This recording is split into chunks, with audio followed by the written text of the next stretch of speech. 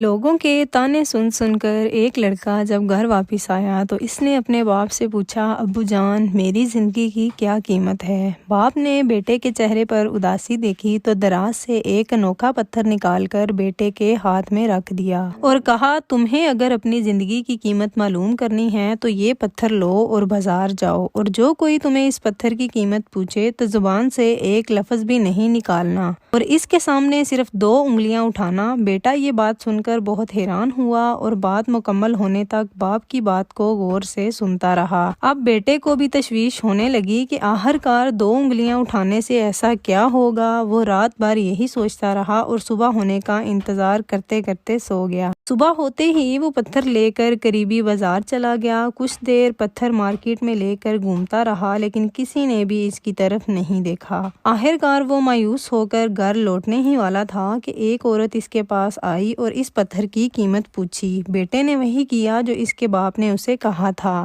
اس نے صرف 2 انگلیاں اٹھا لیں۔ عورت نے اس کی 2 انگلیاں دیکھیں اور پھر اس کی شکل کی طرف دیکھا اور ساتھ ہی اپنے پرس میں ہاتھ ڈالا اور 200 روپے نکال کر بیٹے کے ہاتھ میں دے دیا۔ وہ پتھر اس سے لے کر چلی گئی۔ بیٹے کو سمجھ نہیں آیا کہ وہ خوش ہو یا افسوس کرے۔ وہ بھاگتا بھاگتا گھر گیا اور اپنے ابو کو سارا ماجرا تفصیل سے سنایا۔ باپ نے اپنے ڈراور سے اسی طرح کا ایک اور پتھر نکالا اور اپنے بیٹے کے ہاتھ میں رکھ دیا اور کہا، اب تم یہ پتھر لو اور میوزیم جاؤ اور وہی کرو جو تم نے پچھلی دفعہ کیا تھا، یعنی کوئی قیمت پوچھے تو زبان سے ایک لفظ بھی نہ نکالنا اور ہاتھ کی 2 انگلیاں اٹھانا۔ بیٹا یہ سن کر دوبارہ حیران ہوا، رات بھر سوچتا رہا اور صبح ہونے کا انتظار کرتا رہا۔ صبح ہوتے ہی وہ اٹھا، تیار ہو کر وہ پتھر ایک قریبی میوزیم میں لے گیا اور ایک کونے میں پتھر لے کر کھڑا ہو گیا۔ لوگ آتے رہے اور اس کے سامنے پتھر کو دیکھ کر گزرتے رہے لیکن کوئی بھی اس کے پتھر میں انٹرسٹڈ نہیں تھا۔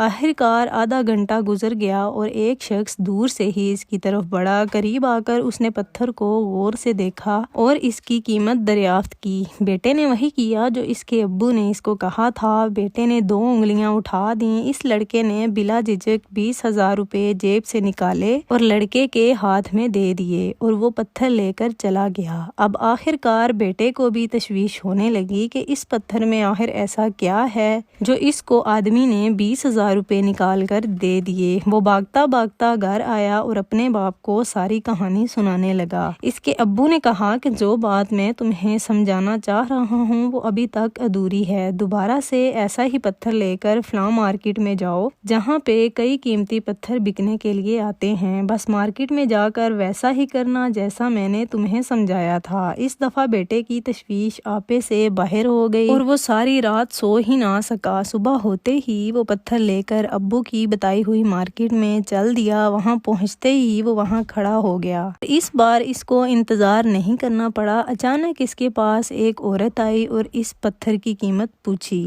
تو لڑکے نے صرف 2 انگلیاں اٹھا دیں۔ 2 سیکنڈ تک اس عورت نے اس کی شکل دیکھی اور جہاں سے آئی تھی وہیں پر واپس چلی گئی۔ 2 منٹ بعد اپنے شوہر کو اپنے ساتھ واپس لے کر آئی۔ دیکھو، میں نے وہی پتھر ڈھونڈ لیا جسے تم کافی عرصے سے ڈھونڈ رہے تھے اور اس کی قیمت صرف 2 لاکھ روپے ہے۔ یہ سن کر لڑکا حیران ہو گیا۔ وہ بولنے ہی والا تھا کہ عورت نے اس لڑکے کے ہاتھ میں 2 لاکھ روپے تھما دیے اور پتھر لے کر خوشی خوشی چلی گئی۔ بیٹا یہ سارا ماجرا اپنے ابو کو سنانے کے لیے بےتاب تھا اور بھاگتا بھاگتا گھر آیا اور سارا ماجرا تفصیل سے اپنے باپ کو سنایا۔ اس کے ابو نے اسمائل کیا اور اپنے بیٹے سے کہا، اب تمہیں سمجھ آئی ہے کہ تمہاری زندگی کی قیمت بھی اس پتھر کی مثال کی جیسی ہے۔ اگر تم ایسی جگہ رہو گے جہاں تمہاری قدر کی جاتی ہے تو تم کامیاب رہو گے، لیکن جہاں تمہاری قدر نہیں کی جاتی وہاں رہنے سے تمہاری قیمت بھی گر جائے گی۔ اب یہ تم پہ ڈیپینڈ کرتا ہے کہ تمہیں اپنی قیمت زیادہ رکھنی ہے یا کم۔